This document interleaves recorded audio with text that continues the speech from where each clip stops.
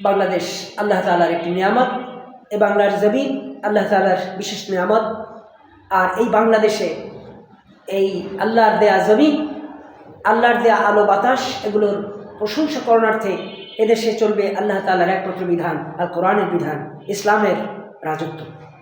এদেশে চলবে স্লোগান, একটি মাত্র স্লোগান, সেই স্লোগান থাকবে নারায়ে তাকবীর, আল্লাহু আকবার। এই স্লোগান থাকবে এদেশে হিন্দু, মুসলিম, বৌদ্ধ, খ্রিস্টান, মুসলিম, খ্রিস্টান, হিন্দু, বৌদ্ধ, নানান ধরনের বর্ণচিত্র, বিভিন্ন ধরনের নির্বিশেষে সকলের জন্য উন্মুক্ত, এবং যার যার ধর্মীয় স্বাধীনতা তার থাকবে।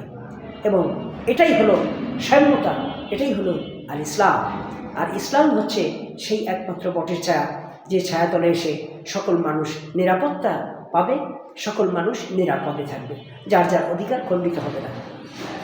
তারপর আল্লাহ তাআলার হেদায়েত যদি কারো আসে, তারা যদি ঈমান আনে, কেউ যদি ঈমান আনে আল্লাহর একত্ববাদের উপরে বিশ্বাস করে এবং আল্লাহকে মানতে চায়, সে তার ইচ্ছা।